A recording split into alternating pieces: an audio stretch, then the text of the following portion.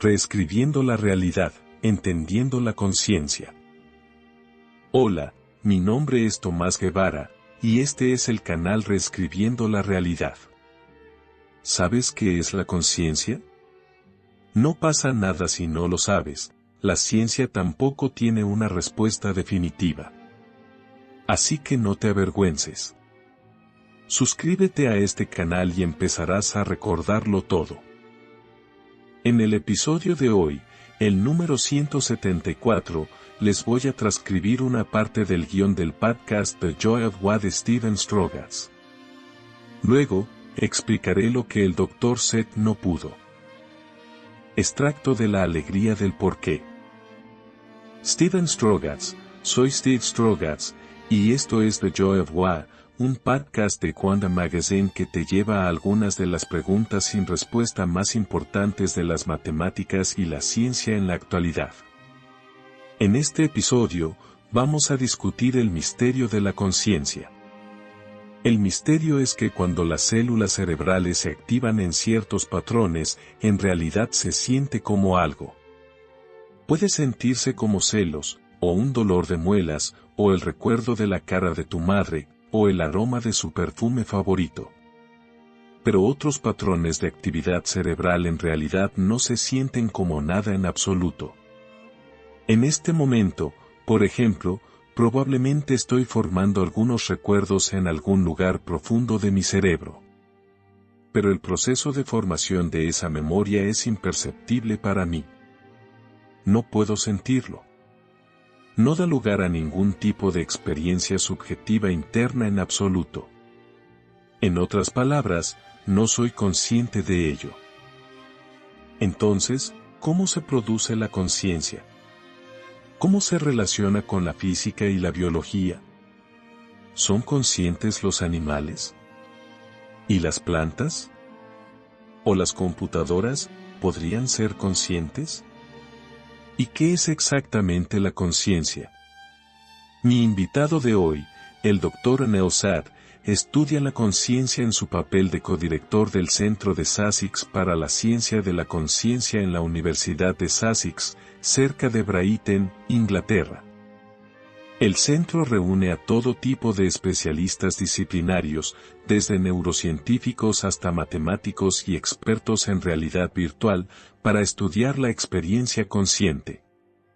El Dr. Seth es también el autor del libro Being You, A New Science of Consciousness. Se une a nosotros desde los estudios en Brighton, Inglaterra. Neil Seth, gracias por invitarme. Es un placer estar contigo. Strogatz, bueno, tengo que decir que esta es una de mis cosas favoritas y más desconcertantes en las que pensar. Realmente no sé por dónde empezar. Quiero decir, la conciencia es tan misteriosa. A veces tengo esta extraña sensación, tal vez una o dos veces al año. Me miro en el espejo del baño, me afeito, y luego tengo una sensación espeluznante como, ¿qué es este trozo de materia que me mira en el espejo? Seth, sí, bienvenido a mi mundo. Esto suena como una descripción de mi día a día. Ahora, en cierto sentido, dejas atrás el misterio cuando vas a preparar la cena y dejas tu vida normal. Pero tiene la costumbre de ir a todas partes contigo. Y la mayoría de los días, tendré un momento como ese. Y trataré de entrenarme también para reflexionar y meditar continuamente sobre este milagro cotidiano de que tenemos este paté electrificado dentro de nuestro cráneo. Y que, de alguna manera, en conjunción con el cuerpo y su interacción con el mundo, no hay solo una complicada maquinaria biológica que se aleja, hay una experiencia subjetiva. Se siente como algo ser yo, y se siente como algo ser tú, para usar una definición que proviene del filósofo Thomas Nagel. Y eso sigue siendo realmente asombroso. No se siente como algo ser una mesa o una silla. Pero este es el misterio fundamental de la conciencia. Y es a la vez un profundo misterio científico y filosófico, pero también un misterio muy personal. Porque parte del sentirse es la sensación de ser una persona en particular. Ser el individuo que eres. Ser tú o ser yo. Strogatz, acabas de introducir la palabra yo. Puedes ser consciente de varias cosas, también puedes ser consciente de tener un yo.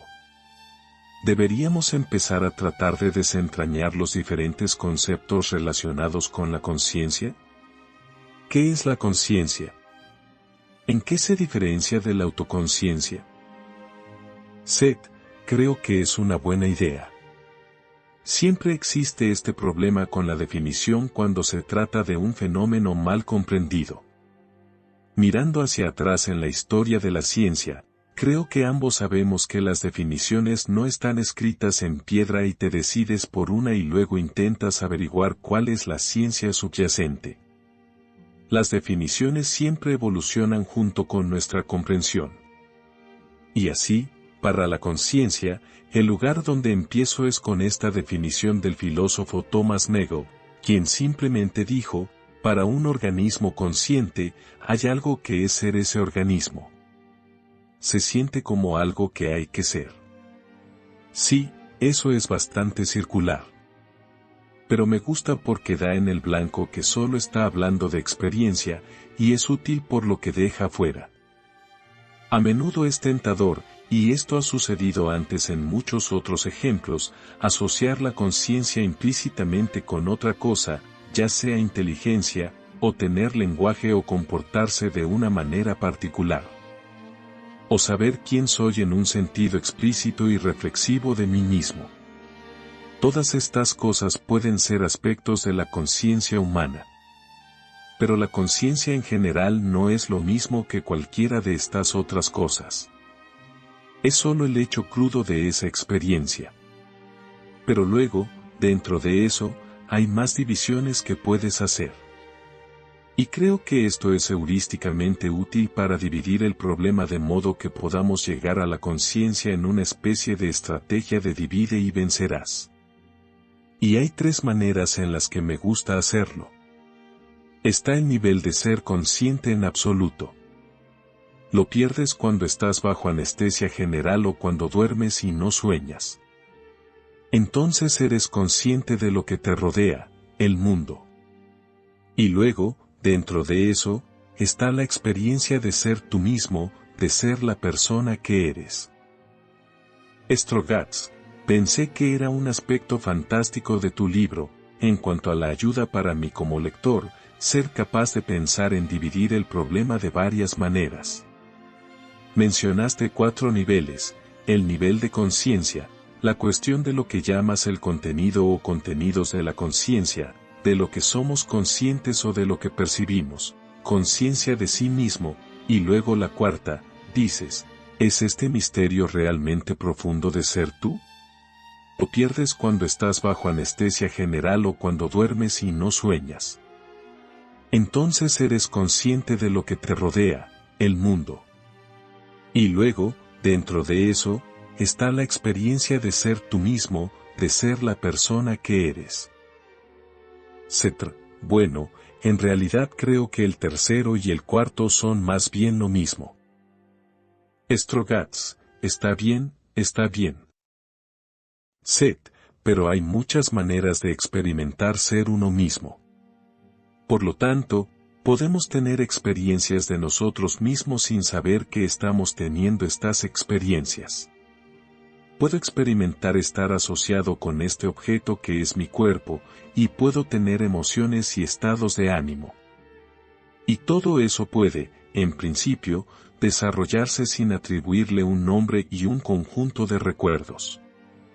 Por lo tanto, dentro de cada una de estas áreas de contenido, nivel y yo, hay, por supuesto, distinciones más detalladas que podemos hacer. Y podemos preguntarnos si estas distinciones de grano más fino tienen alguna tracción en el laboratorio o en la clínica, ¿seleccionan uniones en la naturaleza? ¿O no? ¿Son cosas que simplemente inventamos? Y eso es parte de, creo, el juego de la investigación de la conciencia. podemos averiguar cuáles de nuestras distinciones tienen tracción en el mundo real. Strogatz, genial, lo agradezco, porque en este podcast tratamos de hablar de ciencia, especialmente de grandes misterios de la ciencia. Pero quisiera subrayar la palabra ciencia. Que hay cosas sobre las que podemos reflexionar que están fuera del ámbito de la ciencia, ni siquiera comprobables o refutables en principio. Y supongo que realmente estás enfocado en el lado científico de la conciencia. Estoy seguro de que a tu lado filosófico también le gusta reflexionar sobre lo incontestable. Seth, bueno, no creo que la filosofía sea solo reflexionar sobre lo que no tiene respuesta.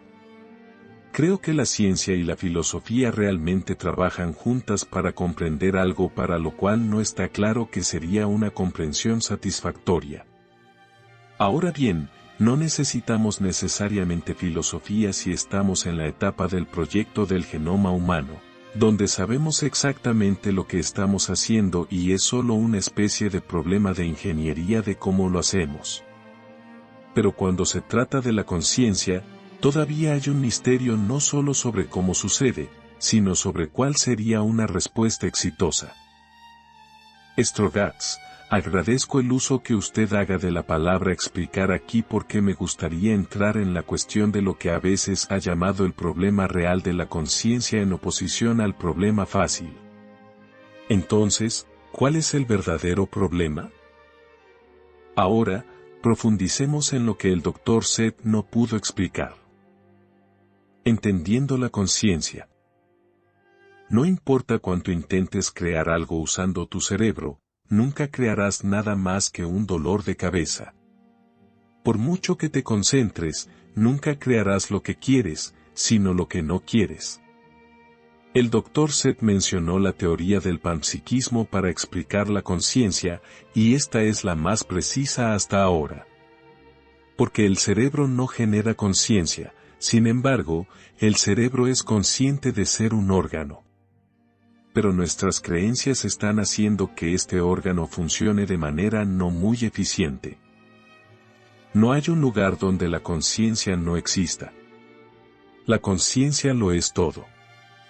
El verdadero problema no es cómo explicar, predecir o controlar las propiedades de la conciencia, sino aceptar que creamos todo usando el mecanismo de nuestra percepción. El cerebro no genera percepciones. Tampoco genera señales sensoriales en acciones. Eso lo hace el yo objetivo y el subjetivo, dando instrucciones al cerebro a velocidades más rápidas que la luz. Cuando nuestros sentidos externos dan información al cerebro, el cerebro la procesa de acuerdo con nuestras creencias, entonces genera un análisis de la información que nuestros sentidos le están enviando. Después de eso, reaccionas a lo que el cerebro te dice que está frente a ti. En algunas situaciones, actúas siguiendo solo tu intuición, y tu intuición es el yo subjetivo que contacta con tu yo objetivo. Siempre estamos controlando y prediciendo las propiedades de la conciencia, pero no estamos prestando atención. Demostrarlo es muy fácil de hacer. Podemos usar la hipnosis para probarlo. En cuanto a la taza, digamos que viajas al pasado y te encuentras con un ser humano primitivo cerca de un estanque. Para ganarte su confianza, le ofreces un regalo, una taza de colores. Nunca usará la taza para beber agua a menos que le muestres cómo hacerlo. Ahora, inventamos la taza para beber, sin importar el color o la forma que tenga. Todo este conocimiento sobre la taza se almacena en el área regional número 2 de la conciencia para nuestro uso. Es por eso por lo que Marconi y Jaslow tenían la misma idea sobre la radio casi al mismo tiempo. Ambos alcanzaron esta área de la conciencia conocida como área regional 2. La zona de nuestros sueños. Y, por cierto, nunca dejamos de soñar cuando dormimos, simplemente no lo recordamos. Siempre estamos soñando. Necesitamos entender que somos uno, lo que significa que todos estamos conectados. Es por eso por lo que nunca estás inconsciente, ni siquiera bajo anestesia o cuando estás dormido sin supuestamente soñar. En primer lugar, tu yo subjetivo es siempre consciente y trabaja en perfecta armonía con el yo objetivo. Es por eso por lo que bajo hipnosis puedes recordar todo. A menos que tenga miedo de tus recuerdos y tu yo objetivo se niegue a traer los recuerdos de vuelta, por lo tanto, el hipnoterapeuta necesita usar otro enfoque para recuperar estos recuerdos. Según Seth Chalmers se preguntó, ¿por qué el procesamiento físico debería dar lugar a una rica vida interior? La respuesta es muy simple, para darnos la pureza de la experiencia. Es por eso por lo que creamos esta realidad. Y miles de millones de otras realidades que vamos a empezar a experimentar en otros 30 o 50 años. Por eso inventamos el telescopio James Webb. No olvides suscribirte a este canal y recuerda que puedes comprar mis libros en Amazon.com.